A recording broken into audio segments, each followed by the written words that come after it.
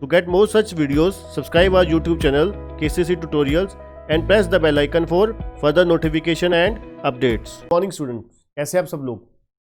जैसे कि आपको पता है हमारे कॉर्पोरेट एंड मैनेजमेंट अकाउंटिंग का जो सिलेबस है वो दो पार्ट्स में डिवाइड हुआ है, एक कॉर्पोरेट एक मैनेजमेंट अकाउंटिंग। ठीक है, मैनेजमेंट अकाउंटिंग का जो सबसे इंपॉर्टेंट चैप्टर हमारा है मार्जिनल कॉस्टिंग। उसमें एक बहुत ही इंपॉर्टेंट टॉपिक है जो सभी स्टूडेंट्स के मन में एक जानने की इच्छुकता रहती है, उसमें डाउट्स रहते हैं। उस टॉपिक के ऊपर आज का हमारा लेक्चर है जिसका नाम क्या है, marginal costing versus absorption costing, मतलब difference between marginal costing and absorption costing. ठीक है, इन दोनों में क्या क्या डिफरेंसेस है, किस तरीके से इन्वेंट्री वैल्यूएशन होती है, किस तरीके से दोनों में फिक्स कॉस्ट अलग अलग तरीके से कंसीडर किए जाते हैं, किस तरीके से प्रॉफिट में दोनों में डिफरेंस आता है, इन सब चीज़ों के ऊपर इस लेक्चर में हम लोग डिस्कस करने हैं। तो चलिए जानते हैं difference between marginal costing and absorption costing. ठीक है जी, सबसे पहले डिफरेंस नंबर 1 कहते हैं जो मार्जिनल कॉस्टिंग में फिक्स कॉस्ट होते हैं वो रिगार्डेड एज पीरियड कॉस्ट होते हैं। यहां पर हम लोग फिक्स कॉस्ट को क्या मानते हैं, पीरियड कॉस्ट मानते हैं। ठीक है जी, and charge to the revenue along with the selling and administration expenses, that is they are not included while computing the cost per unit. ठीक है जी, they are not included while computing the cost per unit. मतलब क्या है, जब हम coast per unit calculate करते हैं उस समय फिक्स कॉस्ट कंसीडर नहीं होती। मतलब जब कोस्ट पर यूनिट हम लोग निकालते हैं तो मार्जिनल कॉस्टिंग अप्रोच में जो वेरिएबल कॉस्ट है सिर्फ और सिर्फ वही कंसीडर होते हैं।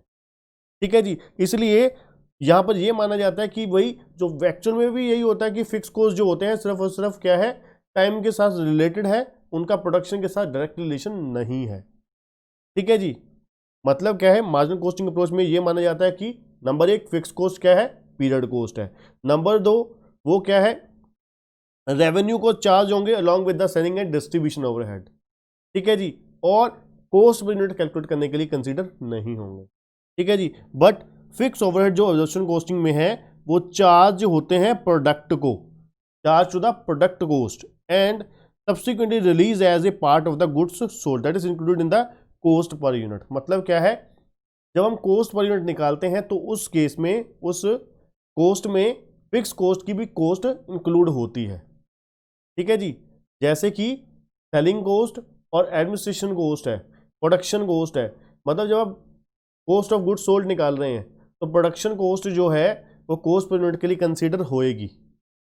ठीक है जी, fix cost cost per unit निकालते वक्त फिक्स कॉस्ट भी कंसीडर होगी, वेरिएबल कॉस्ट भी कंसीडर होगी।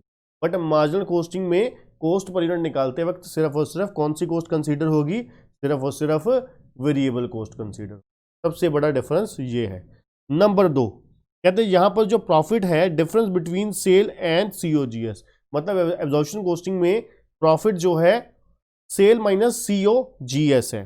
ठीक है जी, बट मार्जिनल कॉस्टिंग में जो प्रॉफिट है is ascertain by establishing that total contribution. हम लोग यहां पे क्या करते हैं, कंट्रीब्यूशन में से क्या लेस करते हैं, डिडक्टिंग फिक्स कॉस्ट। ठीक है जी, मार्जिनल कॉस्टिंग में हम लोग यही करते हैं ना, यही स्टेटमेंट थी हमारी, sale minus variable cost is equal to sale minus variable cost is equal to contribution minus fix cost is equal to profit. मतलब क्या है, प्रॉफिट तक पहुंचने के लिए हमें क्या लेस करना होता है, फिक्स कॉस्ट लेस करने होते हैं। ठीक है जी, ये हमारा दूसरा डिफरेंस हो गया। मार्जिनल कॉस्टिंग में contribution minus fix cost is equal to profit, और एब्जॉर्प्शन कॉस्टिंग में क्या, sale minus COGS is equal to profit होता है।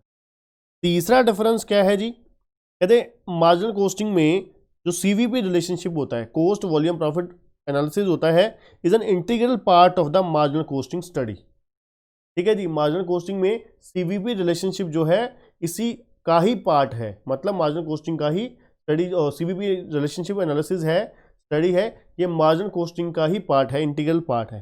Cost have to be classified into fix cost and variable cost, जिसको हम ऑलरेडी बात कर चुके हैं कि यहाँ पर CVP एनालिसिस में या मार्जिनल कॉस्ट एनालिसिस में आप लोग कह सकते हो कि जो कॉस्ट है वो दो कैटेगरी में डिवाइड कर दी गई है, एक फिक्स कॉस्ट, दूसरी variable cost. But absorption costing में कहते हैं cost are seldom classified into the variable and fix, Although such a classification is possible, it fails to establish a CVP relationship. ठीक है जी, इसके बावजूद भी कहते हैं CVP रिलेशनशिप यहाँ पे क्या होता है, फेल एग्जिस्ट नहीं करता। ठीक है जी, चौथा काफ़ी इंपॉर्टेंट है, कहता है इफ, पहले मार्जिनल कॉस्टिंग की हम बात करेंगे। If inventory is increase during the period, कहते हैं मार्जिनल कॉस्टिंग अप्रोच में अगर इन्वेंट्री इंक्रीज होती है during the period, this method generally report less income than absorption costing. ठीक है जी, बहुत ही इंपॉर्टेंट देखा जाए पॉइंट है, कहते हैं अगर मार्जिनल कॉस्टिंग अप्रोच में अगर क्या हो, आपकी जो इन्वेंट्री है, मतलब क्लोजिंग इन्वेंट्री है, अनसोल्ड स्टॉक है, वो अगर बढ़ जाए, ठीक है, तो क्या होगा, इनकम जो है वो लेस रिकॉर्ड होगी as compare to the absorption costing. ठीक है जी, but when inventories decrease this method, अगर यहां पर इन्वेंट्रीज डिक्रीज हो जाएं तो फिर क्या होगा, मोर इनकम होगी as compare to the absorption costing. ठीक है जी, कारण क्या होता है, कारण इसका ये होता है अगर आप इन्वेंट्री ज़्यादा करते हो, ठीक है, तो अनसोल्ड स्टॉक ज़्यादा हो गया। और सबसे बड़ी बात ये होती है यहाँ पर कि जो यहाँ पर आपको इन्वेंट्री वैल्यूएशन के लिए दौरान, इन्वेंट्री वैल्यूएशन के दौरान सिर्फ और सिर्फ आप लोग क्या कंसीडर करते हो, सिर्फ और सिर्फ क्या कंसीडर करते हो, वेरिएबल कॉस्ट कंसीडर करते हो, फिक्स कॉस्ट कंसीडर ही नहीं करते। ठीक है जी, इसलिए क्या कहते हैं, दो चीज़ें, अगर इन्वेंट्री इंक्रीज होती है तो लेस इनकम होगी, इन्वेंट्री इंक्रीज होती है तो लेस इनकम होगी एज कंपेयर टू द किसके, एब्जॉर्प्शन कॉस्टिंग के। ठीक है जी, और अगर इन्वेंट्री डिक्रीज होती है तो मोर इनकम होएगी। ठीक है, this difference is the net income is due to the difference in accounting for fix manufacturing cost. कहते हैं ये जो डिफरेंस आ रहा है ना, ये किस वजह से आ रहा है, फिक्स कॉस्ट की वजह से आ रहा है, क्योंकि जैसे कि आपको बताया यहाँ पर हम लोग क्या है, वेरिएबल कॉस्ट को कॉस्ट पर यूनिट कैलकुलेट करने के लिए कंसीडर करते हैं। ठीक है जी, और दूसरी तरफ अगर बात करें एब्जॉर्प्शन कॉस्टिंग की, कहते हैं inventories increase during this period, during a period under this method will reveal more profit than marginal costing. ठीक है ना, अगर मार्जिनल के वही उल्टा ही हो गया ना, कंपैरेटिवली क्या होगा, यहाँ पर अगर इन्वेंट्री बढ़ती है, इन्वेंट्रीज अगर बढ़ती हैं तो फिर भी यहाँ पर क्या होगा, एक्स्ट्रा प्रॉफिट होगा, क्योंकि यहाँ पर कॉस्ट और इन्वेंट्री दोनों कैलकुलेट करने के लिए दोनों खर्चे कंसीडर होंगे, चाहे वो फिक्स कॉस्ट हो चाहे वो वेरिएबल खर्चे हों। ठीक है जी, इसलिए यहाँ पे कहते हैं since inventories are valued at total cost. ठीक है जी, क्यों, क्योंकि क्या है, यहाँ पर इन्वेंट्री कैलकुलेट करते वक्त हम सारे खर्चे इंक्लूड करते हैं, चाहे वो फिक्स कॉस्ट हो और चाहे वो वेरिएबल कॉस्ट हो। ठीक है जी, और लास्ट डिफरेंस क्या है जी आपका, कहते जी मार्जिनल कॉस्टिंग में since fix cost are excluded there is no question of arbitrary apportionment of fix overhead and thus under over absorption of overhead. कहते यहाँ पर फिक्स ओवरहेड टोटली एक्सक्लूड ही होती हैं इन्वेंट्री वैल्यूएशन के लिए, इसलिए यहाँ पर कहते हैं अंडर एब्जॉर्प्शन ऑफ ओवरहेड या ओवर एब्जॉर्प्शन ऑफ ओवरहेड का सवाल ही खड़ा नहीं होता। ठीक है जी, बट यहाँ पे कहते हैं arbitrary apportionment of fix cost में result in under over absorption of overhead. मतलब क्या है, मार्जिनल कॉस्टिंग में अंडर एब्जॉर्प्शन ऑफ ओवरहेड नहीं आ सकता, बट जो एब्जॉर्प्शन कॉस्टिंग टेक्निक होती है उसमें अंडर एब्जॉर्प्शन ऑफ ओवरहेड या ओवर एब्जॉर्प्शन ऑफ ओवरहेड आ सकता है। ठीक है जी, ये कुल मिला के 5 डिफरेंसेस हैं।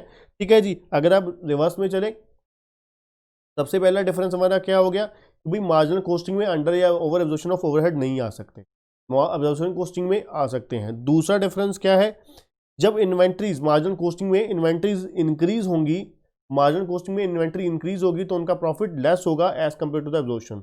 अगर इन्वेंट्री डिक्रीज होगी तो प्रॉफिट बढ़ जाएगा। ठीक है जी, तीसरा डिफरेंस क्या है, सीवीपी रिलेशनशिप एग्जिस्ट करता है मार्जिनल कॉस्टिंग में, ठीक है, एब्जॉर्प्शन में नहीं करता। चौथा डिफरेंस क्या है, जो प्रॉफिट है मार्जिनल कॉस्टिंग में contribution minus fix cost is equal to profit आता है, बट हमारे एब्जॉर्प्शन कॉस्टिंग टेक्निक में sale minus COGS is equal to profit आता है। ठीक है, और पांचवा और लास्ट डिफरेंस क्या है कि यहाँ पर कॉस्ट पर यूनिट निकालते वक्त, मार्जिनल कॉस्टिंग में कॉस्ट पर यूनिट निकालते वक्त हम लोग फिक्स कॉस्ट कंसीडर नहीं करते, एक्सक्लूड करते हैं। ठीक है जी, इसको क्या है, रिगार्डेड एज पीरियड कॉस्ट लेते हैं। ठीक है, और जो marginal cost absorption costing technique है इसमें फिक्स और वेरिएबल ओवरहेड दोनों कंसीडर किए जाते हैं। ठीक है बच्चों, ये हमारा एक छोटा सा इंपॉर्टेंट टॉपिक था कोस्ट का, जिसमें हम लोगों ने मार्जिनल और एब्जॉर्प्शन कॉस्टिंग के बारे में डिस्कस किया। ठीक है, अगर आपको वीडियो पसंद आया तो लाइक जरूर करिएगा, वीडियो को शेयर करना मत भूलिएगा और चैनल को सब्सक्राइब करना मत भूलिएगा। थैंक यू बच्चों, आज के लिए इतना ही।